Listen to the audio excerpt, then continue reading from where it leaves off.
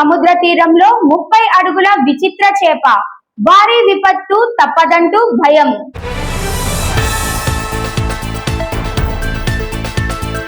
ఉగ్రవాదంపై ద్వంద్వ వైఖరి ఉండకూడదు మోదీ.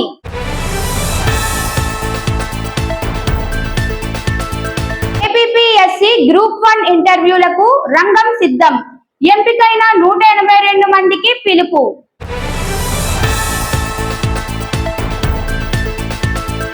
కుప్పం దారుణంపై సీఎం స్పందన, బాధ్యుతురాలికి భరోసా సాయం.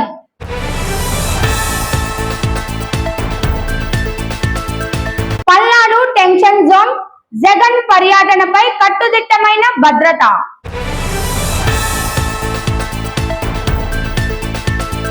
విశాఖలో యోగా వేడుకల కోసం మోడీ, చంద్రబాబు ఒకే వేదికపై.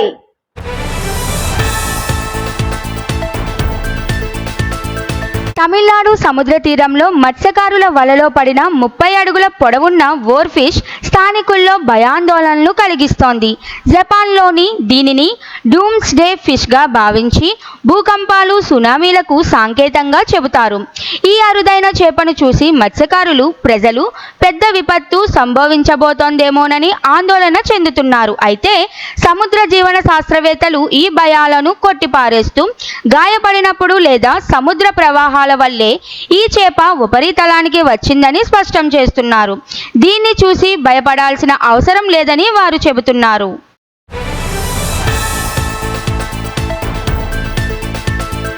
ఉగ్రవాదం మానవత్వానికి శత్రువు అని, దీనిపై అన్ని దేశాలు స్పష్టమైన వైఖరితో నిలవాలని ప్రధాని నరేంద్ర మోదీ G7 సదస్సులో హెచ్చరించారు. పహల్గామ్ ఉగ్రదాడిని తీవ్రంగా ఖండించిన మోదీ ఇది భారతీయుల గౌరవం, గుర్తింపుపై జరిగిన దాడి అని వ్యాఖ్యానించారు. కొంతమంది దేశాలు ఒకవైపు ఉగ్రవాదాన్ని ఖండిస్తూ మరోవైపు మద్దతు ఇవ్వడాన్ని ఆయన తీవ్రంగా విమర్శించారు. ఇటలీ ప్రధాని జార్జియా మెలోనీతో మోదీ కలుసుకున్న సందర్భంగా తీసిన సెల్ఫీ వీడియో సామాజిక మాధ్యమాల్లో వైరల్ అవ్వగా ఇద్దరి మధ్య స్నేహపూర్వక సంబంధాలు ఎత్తు చూపుతోంది.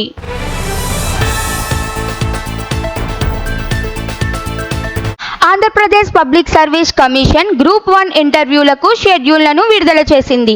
ఇప్పటికే ప్రిలిమ్స్, మెయిన్స్ పరీక్షలు పూర్తవ్వగా 1:2 నిష్పత్తిలో మొత్తం 182 మందిని ఇంటర్వ్యూకి ఎంపిక చేశారు. జూన్ 23 నుంచి జూలై 15 వరకు ఇంటర్వ్యూలు జరగనున్నాయి. ఎంపికైన అభ్యర్థులకు ఇంటర్వ్యూల రోజునే ధృవపత్రాల పరిశీలన ఉంటుంది.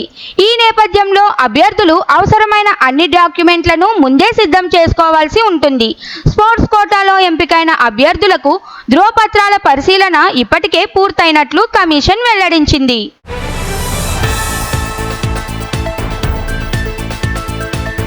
చిత్తూరు జిల్లా కుప్పంలో అప్పు తీర్చలేదన్న కారణంతో గ్రామస్తులు ఓ మహిళను చెట్టుకు కట్టేసిన అమానవీయమైన ఘటనపై ముఖ్యమంత్రి చంద్రబాబు తీవ్రంగా స్పందించారు.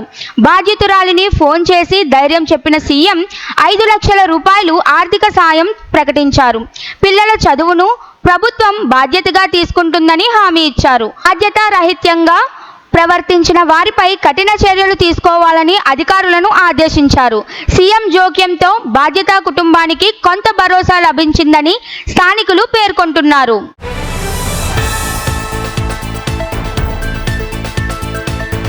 మాజీ సీఎం వైఎస్ జగన్మోహన్ రెడ్డి పలనాడు పర్యటన నేపథ్యంలో ఉత్కంఠ వాతావరణం నెలకొంది. రెంటపాల్లో ఆత్మహత్య చేసుకున్న ఉప సర్పంచ్ కుటుంబాన్ని పరామర్శించేందుకు జగన్ వెళ్లనున్నారు. ఈ నేపథ్యంలో పోలీసులు కేవలం 100 మందికే అనుమతి ఇస్తూ భద్రతా చర్యలు ముమ్మరం చేశారు. కొన్ని ప్రాంతాల్లో అమరావతి ద్రోహి జగన్ అనే ఫ్లెక్సీలు దర్శనమివ్వడంతో ఉద్రిక్తతలు తలెత్తే అవకాశం ఉందని పోలీసులు భావిస్తున్నారు. వైఎస్ఆర్సీపీ నేతలు మాత్రం ఈ ఆంక్షలపై అసహనం వ్యక్తం చేస్తున్నారు.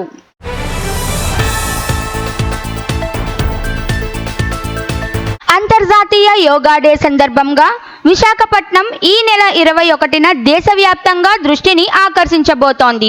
ప్రధాని నరేంద్ర మోదీ విశాఖ తీరాన యోగాసనాలు చేస్తూ దేశ ప్రజలను ఉద్దేశించి ప్రసంగించనున్నారు. ఆయన జూన్ 20న రాత్రి విశాఖకు చేరుకొని నావికాదళ గెస్ట్ హౌస్లో బస చేయనున్నారు. ముఖ్యమంత్రి చంద్రబాబు కూడా అదే రాత్రి అక్కడే బస చేస్తారు. ఇద్దరు ప్రధాన నేతలు ఒకే నగరంలో ఓ రాత్రిని గడపడం అరుదైన పరిణామంగా మారింది. ఈ నేపథ్యంలో నగర వ్యాప్తంగా భారీ భద్రతా ఏర్పాట్లు జరుగుతున్నాయి.